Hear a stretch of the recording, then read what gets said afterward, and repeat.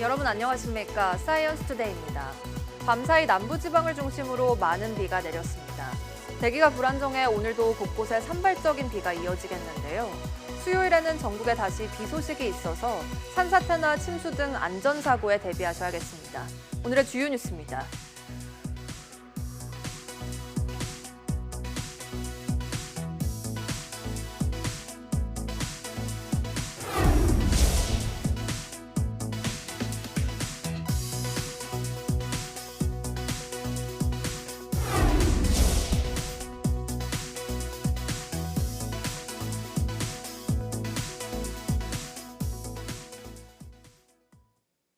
경남에 내려졌던 호우특보는 모두 해제됐지만 낮 동안에도 산발적으로 강한 비가 쏟아지겠습니다. 기상청은 밤사이 남부에 큰 비를 쏟아부었던 비구름은 동해로 빠져나갔지만 대기가 불안정한 상황에서 국지적으로 강한 비가 내릴 것으로 보인다고 밝혔습니다. 호우가 주춤하면서 강원도와 경기도에는 다시 폭염주의보가 내려졌습니다. 오늘 춘천과 강릉, 파주의 낮 기온은 32도, 서울도 30도까지 오르며 무덥겠습니다. 어젯밤 전남 무안에는 1시간에 무려 142mm의 폭우가 쏟아져 도시 전체가 물에 잠겼고 안타까운 인명피해도 났습니다. 인근 한평과 광주 지역에도 많은 비가 내려 곳곳에서 침수 피해가 속출했습니다. 김기봉 기자입니다. 어제 저녁 7시 10분부터 1시간 동안 전남 무안에 내린 비는 142.1mm. 이 지역 1년 평균 강우량의 11%에 해당하는 비가 단 1시간 만에 쏟아진 것입니다. 무안군 거의 전 지역이 삽시간에 물에 잠겼고 안타까운 인명피해도 발생했습니다. 농지에 물이 차오르자 물길을 내기 위해 불삭기로 긴급 작업을 하던 60대 남성이 갑자기 불어난 농로 급류에 휩쓸렸습니다. 발생 1시간 20분 만에 수백 미터 떨어진 곳에서 심정지 상태로 발견돼 병원으로 옮겨졌지만 결국 숨을 거뒀습니다. 급속히 불어난 물로 무안 신촌 저수지의 범람 위험이 커지자 저수지 수계 주민들에게는 대피령이 내려졌고 산사태 주의보도 발령됐습니다. 무안만큼은 아니지만 시간당 87mm가 쏟아진 인근 한평과 광주도 기록적인 폭우로 침수 피해가 잇따랐습니다. 한평 5일장 주차장에는 차들이 지붕만 남긴 채 물에 잠겼고 도로인지 강물인지 구분이 어려울 정도입니다. 광주에서는 서광주 IC 인근 고속도로가 물에 잠기자 진로가 막힌 자동차들이 역주행을 하면서 도로가 아수라장이 되기도 했습니다. 그나마 전남 지역의 폭우는 심야가 되면서 기세가 다소 잦아들었지만 여전히 장대비가 내려 추가 피해의 우려가 나오고 있습니다. YTN 김기봉입니다. 지난밤 남부지방 폭우가 시작되자 이번에도 많은 시청자 여러분이 YTN에 제보를 해주셨는데요. 거센 빗줄기가 쏟아진 당시의 현장 모습을 보시겠습니다. 김승재 기자입니다. 폭우에 도로가 물에 잠겼고 불어난 물은 식당 안까지 들이닥쳤습니다. 천둥 번개가 내리치고 물바다로 변한 도로 위를 한 시민이 힘겹게 걸어갑니다. 인근 하천이 순식간에 범람하면서 아파트 단지를 덮쳤습니다. 주민들이 우비를 쓰고 나와 지하 주차장 입구를 물막이 판과 모래주머니로 막고 있습니다. 범람 시작했네. 어떡해. 도로 위로 거센 물살이 지나가더니 마치 계곡처럼 변했습니다. 승용차 보닛 위까지 물이 넘쳐 흐릅니다. 자동차 와이퍼를 빠르게 움직여보지만 빗줄기가 거세 앞이 잘 보이지 않습니다. 맨홀 뚜껑 위로 물이 솟아올라 도로는 금세 침수됐습니다. 자동차들은 바퀴가 절반 이상 잠긴 채 아슬아슬 현장을 빠져나갑니다. 도로 위에 쓰레기 봉투가 둥둥 떠다니고 버스가 물살을 힘겹게 이겨내며 앞으로 나아갑니다. 인근 상가까지 물이 들이닥쳤고 버스 정류장과 전봇대 모두 물에 잠겼습니다. 무릎 높이까지 오는 물을 헤치며 걸어가는 시민의 모습이 아슬아슬합니다. YTN 김승재입니다. 밤사이 남부지방을 중심으로 내린 집중호우로 주민 2,500여 명이 대피했습니다. 중앙재난안전대책본부는 오늘 새벽 4시 30분 기준으로 전국 6개 시도, 27개 시군구에서 주민 1,800여 세대 2,500여 명이 일시 대피했다고 밝혔습니다. 이 가운데 2,400여 명은 아직 집으로 돌아가지 못하고 경로당과 마을회관 등 임시 주거시설 등에 머물고 있습니다. 아직 인명과 재산 피해는 집계되지 않았는데 중대본은 어제 저녁 전남 무안에서 발생한 사망 사고의 경우 자연재난에 의한 것인지 파악하고 있습니다. 경북 영천의 화장품 원료 제조 공장에서 폭발 사고로 큰 불이 났습니다. 폭발의 위력이 얼마나 강했는지 300m 떨어진 곳에서도 유리창이 깨지는 피해가 났습니다. 박종혁 기자입니다. 폭탄이라도 떨어진 듯 시커먼 연기가 끝도 없이 올라옵니다. 그 사이로 크고 시뻘건 불기둥이 무섭게 치솟습니다. 불에 탄 건물은 뼈대만 남았고 벽체는 모두 뜯겨 나갔습니다. 화장품 원료 제조 공장에서 폭발 화재 신고가 접수된 건 낮 12시 42분쯤. 파악된 인명 피해만 3명이 다치고 1명이 실종된 상태입니다. 사고 직후 소방당국은 대응 1단계를 선언하고 불을 끄는데 총력을 기울였습니다. 화재 초기엔 화염이 워낙 강해 진입조차 어려워 헬기까지 동원됐습니다. 목격자들은 화재를 진압하는 과정에도 수차례 폭발이 일어났다고 증언했습니다. 경부고속도로 영천 쪽을 지나가다가 진한 화재 연기를 보고 그 화재 연기를 쪽으로 이제 접근을 해보니 불이 크게 나 있었고 제가 도착한 사막에서도 폭발이 일어났으며 폭발로 공장에서 300m쯤 떨어진 편의점 유리가 파손되고 아파트 창문이 흔들리는 등의 피해도 발생했습니다. 영천시는 사고 현장 인근 주민에게 대피하라는 재난 문자도 발송했습니다. 특히 마스크를 착용하고 연기 확산에 유의해달라고도 당부했습니다. 쾌쾌한 냄새는 있었고요. 이게 마스크를 안 쓰면 좀 이제 호흡하기가 좀 불편하다라고 느낄 정도였습니다. 불이 난 공장은 과산화수소 등 화학물질을 다루는 곳. 과산화수소는 산화성 액체로 가열하거나 금속 촉매와 접촉하면 화재를 일으키거나 폭발할 수 있는 물질입니다. 폭발 화재가 난 공장은 모두 7개 동이 있는 것으로 파악됐습니다. YTN 박종혁입니다. 집이나 자동차에서 마시는 공기 속에 수천 개의 미세 플라스틱이 포함되어 있다는 연구 결과가 나왔습니다. 프랑스 툴루즈대 연구팀은 집과 자동차의 공기 중 미세 플라스틱 농도를 측정한 결과 매일 폐 깊숙이 침투할 수 있는 크기인 1에서 10 마이크로미터, 100만 분의 1미터 크기의 미세 플라스틱을 약 6만 8천 개 흡입한다고 밝혔습니다. 연구팀은 라만 분광법을 활용해 성인의 하루 평균 미세 플라스틱 흡입량을 분석한 결과 하루 약 3,200개의 입자를 들이마시는 것으로 나타났는데 이는 기존 추정보다 최대 100배 많은 수치라고 설명했습니다. 또 이번 연구가 차량 내부 환경까지 포함한 최초의 사례라며 실내 공기가 미세 플라스틱 흡입의 주요 경로임을 보여준다고 강조했습니다. 국내 염증성 장질환 환자의 비만 유병률이 최근 10여 년간 2.3배 증가한 것으로 나타났습니다. 서울 아산병원 황성욱 김민규 교수 연구팀은 국내 염증성 장질환 환자 11,000여 명의 체질량 지수를 분석한 결과 전체 비만율이 2008년 13.1%에서 2021년 29.8%로 상승했다고 밝혔습니다. 성별로는 여성 환자의 비만율이 같은 기간 9.2%에서 15%로 5.8%포인트 늘었고 남성 환자는 15.1%에서 37.7%로 22.6%포인트 증가해 여성보다 약 4배 높은 증가세를 보였다고 설명했습니다. 연구팀은 이번 조사가 아시아 지역에서 가장 큰 규모의 염증성 장질환 환자 데이터를 기반으로 이루어졌다고 덧붙였습니다. 제주 해수욕장에 푸른 우산관 해파리가 등장하면서 피서객들의 우려가 커지고 있습니다. 여름철 불청객 해파리 대처법을 고재영 기자가 알려드립니다. 흰 동전처럼 생긴 해파리들이 해수욕장 앞바다에 군집을 이루고 있습니다. 아열대 지역에 주로 서식하는 푸른 우산관 해파리로 7, 8월에 제주와 남해안, 부산 등지에 출몰합니다. 그런데 올해는 다량의 난류가 유입되면서 제주 해역에 대량 이동한 것으로 추정됩니다. 해파리 촉수에는 약한 독성이 있기 때문에 쏘였을 경우 발진 또는 통증이 있을 수 있습니다. 따라서 맨손으로 만져서는 안 됩니다. 여름철 수온이 오르면서 독성 해파리 출현도 늘고 있습니다.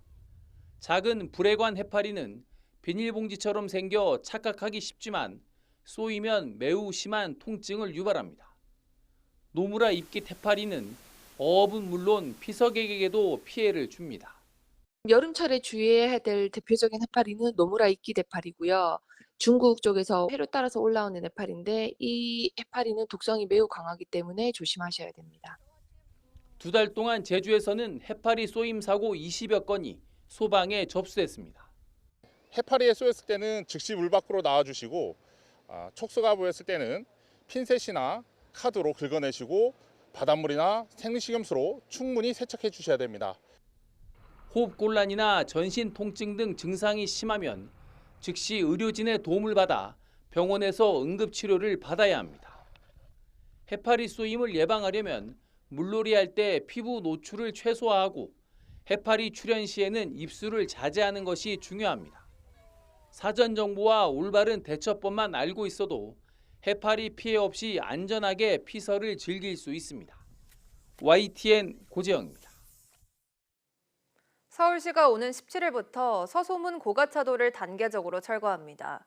지은 지 거의 60년이 되면서 안전 문제가 불거졌기 때문인데 차로 폐쇄로 교통이 혼잡해지는 만큼 당분간 시민 불편이 불가피할 것으로 보입니다. 이형원 기자입니다. 곳곳에 녹이 슬고 군데군데 금이가 있습니다. 콘크리트 조각이 행인이나 차량을 덮칠까 방지망까지 쳐져 있습니다. 보기만 해도 아슬아슬한 이곳은 서소문 고가차도입니다. 충정로역과 시청역을 잇는 교각 18개로 구성되어 있는데 지난 1966년에 지어져 노후화가 심각합니다.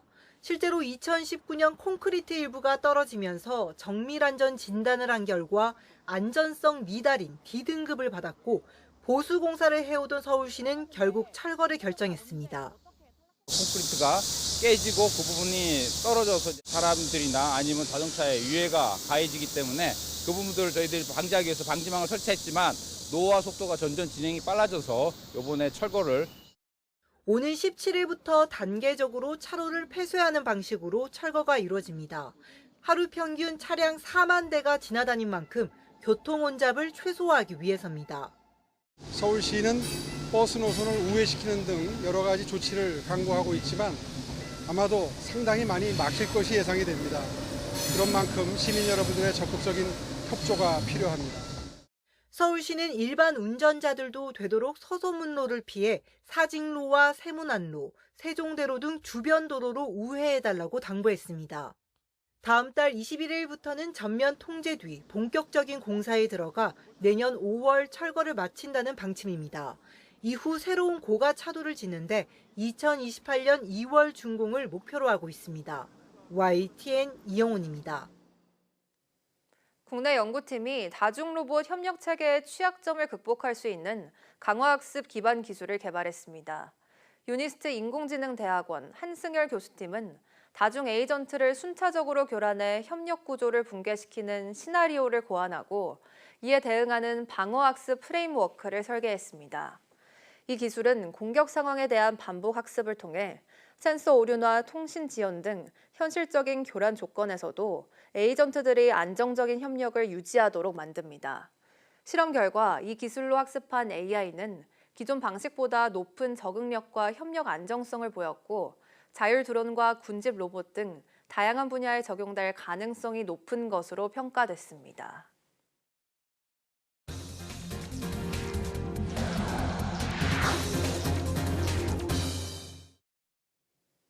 정부 민생회복 소비 쿠폰이 풀린 지 일주일 만에 소상공인 매출이 전주 대비 2%가량 늘어났습니다.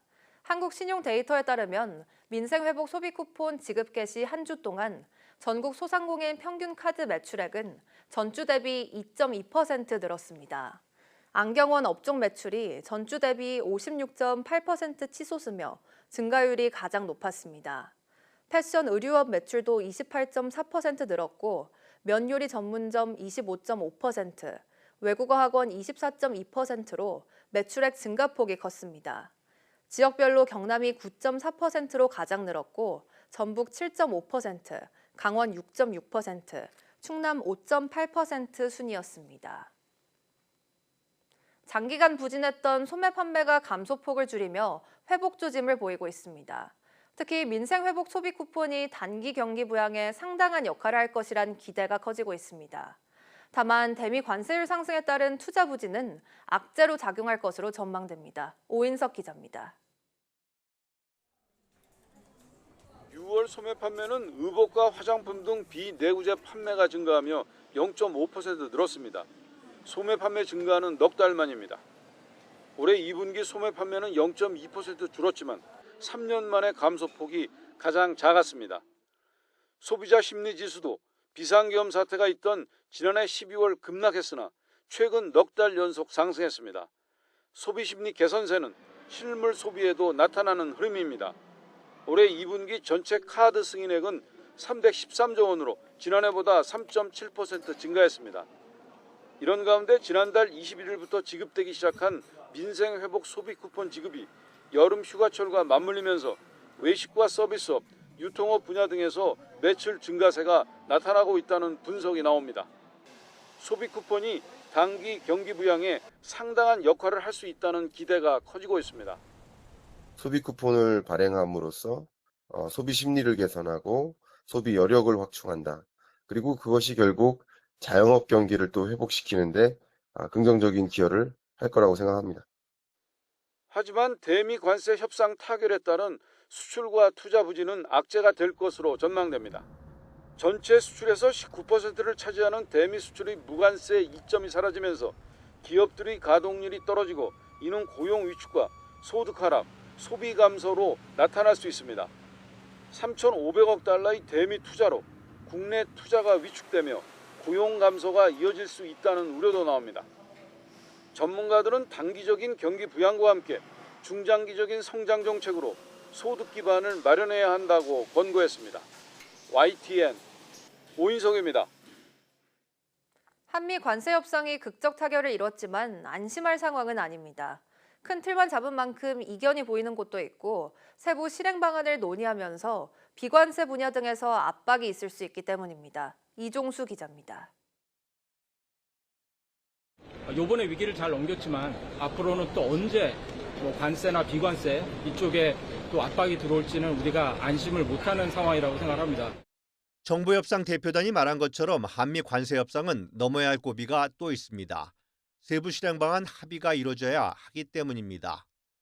한미 관세 협상 핵심 합의는 한국이 미국에 3,500억 달러 투자하고 1,000억 달러 구매 패키지를 제공하는 대신 미국은 한국에 대한 상호 관세와 자동차 관세를 25%에서 15%로 낮추는 것입니다. 한미 양국은 하지만 쟁점이던 농산물 디지털 분야 등의 비관세 장벽 이슈는 모호하게 남겨뒀습니다. 트럼프 행정부는 조만간 열릴 예정인 한미 정상회담 등에서 합의 이행 방안을 논의하며 비관세 장벽 문제 해소를 요구할 가능성이 큽니다. 한미 협상 비관세 쟁점으로 플랫폼 기업의 갑질을 규제하기 위한 한국의 온라인 플랫폼법 제정이나 국가안보가 달린 구글 정미지도 반출 허용 여부, 미국 농축산물에 대한 추가 개방, 과일 채소류에 대한 검역 절차 완화 등 민감한 이슈가 적지 않습니다. 우리 정부는 악마는 디테일에 있다며 향후 미국과 세부 협상에서 적극적으로 대응할 것이란 원론적 입장을 강조하고 있습니다. 악마는 디테일이 있지만 그렇지만 저는 천사도 디테일에 있다 이런 생각을 가지고 한미 양국 간의 상호 윈윈할 수 있는 상호 회의적인 그런 경제 동맹으로까지. 여기에 한미 간에는 국방비 증액, 방위비 분담금, 주한미군의 대중국 역할과 같은 난제들도 남아있어 조만간 열릴 한미 정상회담이 분수령이 될 전망입니다. YTN 이종수입니다. 미 백악관은 오는 7일부터 부과할 예정인 상호관세가 추가적인 협상을 통해 인하될 가능성은 거의 없다고 밝혔습니다. 관세 여파로 미국 내 고용시장 악화와 노동부 통계국장 해임, 물가 상승 등을 둘러싼 비판이 커지자 합당한 조치였다고 반박하고 나섰습니다. 워싱턴에서 신윤정 기자가 보도합니다. 새 상호 관세율 발표를 사흘 남겨두고 미국은 협상을 통해 국가별 상호 관세율이 사실상 확정됐다고 밝혔습니다. 미 무역대표부 제이미슨 그리어 대표는 방송에 나와 아직 협상을 타결하지 못한 국가들의 경우 앞으로 며칠 안에 낮아질 것 같지 않다고 말했습니다. Depend on the level of the trade deficit or surplus we may have with the country. So these tariff rates are pretty much set. 다만 도널드 트럼프 미 대통령은 협상안과 관세율을 비교해 결정한다며 더 좋은 조건과 추가 양보를 제시하는 국가가 있다며 여지를 남겼습니다.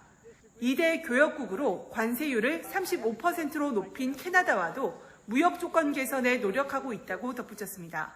캐나다 무역대표 역시 마크 카니 총리와 트럼프 미 대통령이 며칠 내에 대화할 거라고 말했습니다. 이런 상황에서 고용지표 악화와 트럼프의 고용부 담당국장 경질, 물가 상승 전망 등 관세 정책 여파가 커지자 적극 반박에도 나섰습니다. 미 노동부가 지난 5월과 6월 고용지표를 대폭 수정한 데 대해 신뢰성 문제를 지적하며 담당국장 해임 역시 대통령의 인사권이라고 엄호했습니다. Most important thing for people to know is that it's the president's highest priority that the data be trusted and that people get to the bottom of why these revisions are so unreliable. 트럼프 2기 행정부의 관세 전쟁으로 물가 수준이 1.8% 상승하는 효과로 인해 소비자에게 악영향을 미칠 것이라는 예일대 연구팀 분석도 당파적이라고 일축했습니다. 워싱턴에서 YTN 신윤정입니다. 이렇게 백악관이 반박에 나섰지만 관세 폭탄에 미국 소비자들이 직격탄을 맞으면서 사재기나 폐업하는 사례까지 나타나고 있습니다.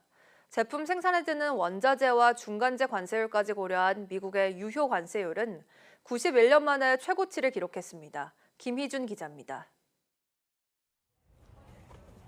미국의 한 대형마트, 식료품과 생필품을 고르는 손길이 분주합니다. 관세 폭탄 여파로 소매업체들이 줄줄이 제품 가격을 인상하면서 더 오르기 전에 사두려는 겁니다. Every time I come, it's more money, more price, more rising prices. It's terrible. I can't believe this. 뉴욕 맨해튼의 이 장난감 상점은 44년 만에 문을 닫게 됐습니다. 온라인 업체와의 경쟁도 힘들지만 관세 인상에 공급가가 오르면서 더는 버티기 어렵기 때문입니다.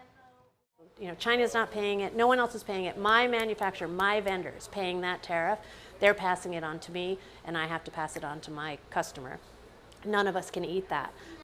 맥주 제조업체도 비상이 걸렸습니다. 유럽산 곡물과 원자재 수입 가격마저 껑충 뛴 탓입니다. It's going to be the aluminum in the cans. It's going to be the label in the can. It's going to be the hops and the malt and the yeast that go into brewing the beer. 관세 여파로 신음하는 건 소상공인들뿐만 아닙니다. 미국의 자동차 메카로 불리는 미시간주는 캐나다에서 수입하는 부품 가격이 오르면서 이미 타격권에 들었습니다. What happens to them and the tariffs that are applied to them and the situations that they are going through directly and actually in an outsized proportion impact Michigan's economy and the auto industry. 트럼프의 관세 전쟁으로 미국의 유효 관세율이 2.5%에서 18%대로 급등해 91년 만에 최고치를 기록했다는 분석 결과도 나왔습니다. 물가가 1.8% 상승하고 가구당 수입은 330만 원 줄어드는 효과라는데 대통령의 관세 전쟁이 자국민을 신음하게 하고 있습니다. YTN 김희준입니다. 정부가 한미 통상 협상 과정에서 활용한 마스가 모자를 공개했습니다. 산업부가 직접 AI를 활용해 디자인한 마스가 모자에는 미국 조선업을 다시 위대하게라는 문구와 함께 성조기와 태극기가 나란히 담겨 있습니다. 산업부는 골프와 빨간색 모자를 좋아하는 트럼프 미국 대통령의 취향에 맞춰 디자인을 정한 뒤 서울 동대문에 있는 업체를 찾아가 모자를 제작했다고 밝혔습니다.